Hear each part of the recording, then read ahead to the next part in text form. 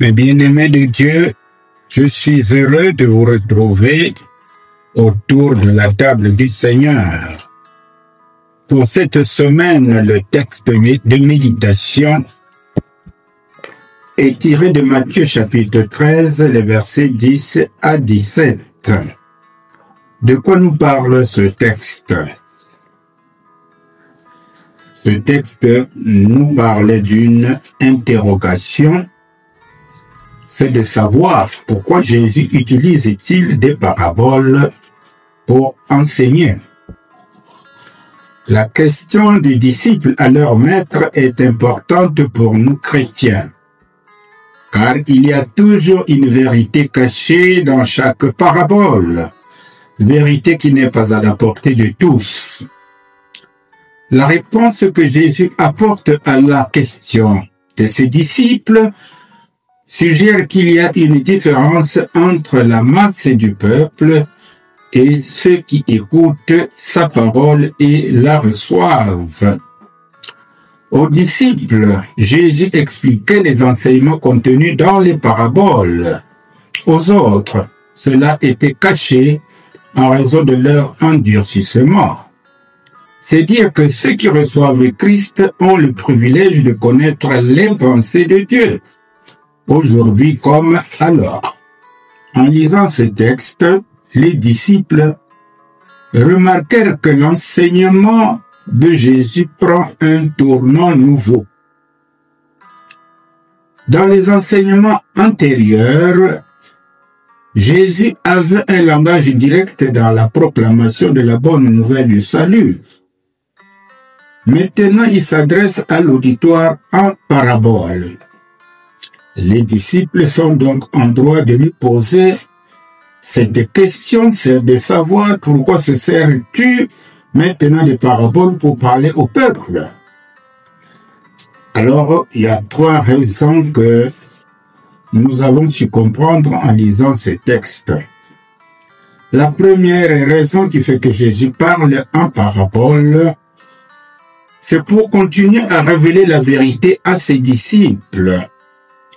Ces vérités sont des mystères du royaume des cieux, c'est-à-dire des vérités non révélées dans l'Ancien Testament. Et maintenant, ces vérités sont révélées.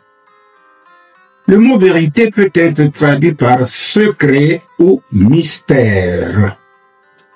La deuxième raison qui pousse Jésus à utiliser des paraboles dans son enseignement, c'est pour cacher des vérités aux incroyants, ceux qui le rejettent et ceux qui continuent à le rejeter aujourd'hui. Il y a lieu de comprendre que les instructions de Jésus en parabole comportent souvent un aspect de jugement.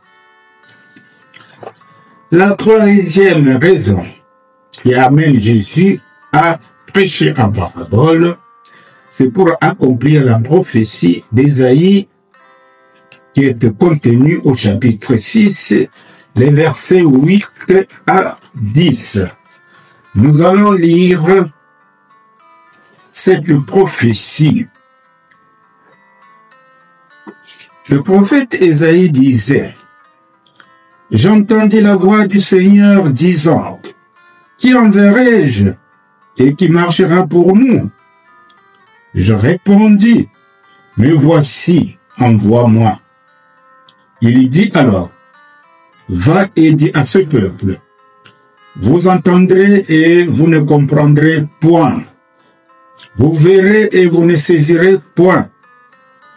Rends insensible le cœur de ce peuple, endurcis ses oreilles et bouche-lui les yeux, pour qu'il ne voie point de ses yeux, n'entende point de ses oreilles, ne comprenne point de son cœur, ne se convertisse point et ne soit point guéri. » Alors, mes bien-aimés dans le Seigneur, il faut dire que chaque fois qu'Ésaïe prêchait, peu de gens comprenaient son message. Et Jésus connut la même chose.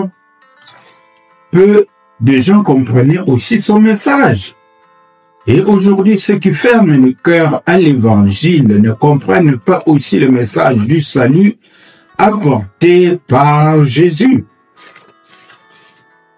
Pour résumer notre texte, soyons comme les disciples du temps de Jésus qui sont toujours à la recherche des vérités cachées en Christ.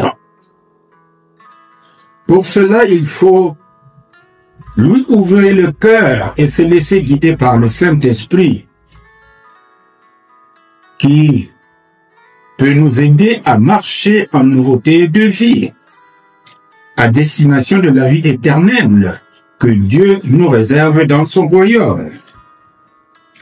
Alors, mes bien-aimés, quel est le privilège d'avoir vu et entendu la personne adorable de Jésus, le Fils de Dieu, venu apporter le pardon, la paix et ouvrir le chemin du royaume et de la gloire pour ses contemporains. Aujourd'hui encore, il nous offre toutes ces bénédictions qui découlent de sa mort, si nous nous convertissons et marchons à sa suite. Le Seigneur peut dire à tous ceux qui l'ont reçu, comme il disait à ses disciples, « Bienheureux sont vos yeux, car ils voient, et vos oreilles, car elles entendent. » C'est ce que nous dit le verset 16. Alors les disciples voyaient celui que plusieurs prophètes et plusieurs justes avaient désiré voir. Ils entendaient ce qu'ils avaient désiré entendre. Et nous aussi aujourd'hui, lorsque nous ouvrons notre cœur à l'évangile, à la bonne nouvelle du salut, eh bien, on peut voir Jésus. On peut désirer le voir. On peut l'entendre. Mais c'est un mystère pour les incroyants, pour les incrédules. Celui qui est né de nouveau a déjà entendu la voix de Jésus dans son cœur, dans sa conscience. Et il peut marcher à sa suite. Voilà ce que le Seigneur Jésus attend de nous, c'est de comprendre les mystères, les secrets cachés de Dieu. Mais ce n'est qu'avec l'Esprit de Dieu qu'on peut comprendre qui est Dieu, qui est Jésus et qui est le Saint-Esprit que Jésus nous a envoyé pour nous guider. Merci de nous avoir suivis. Que Dieu vous bénisse.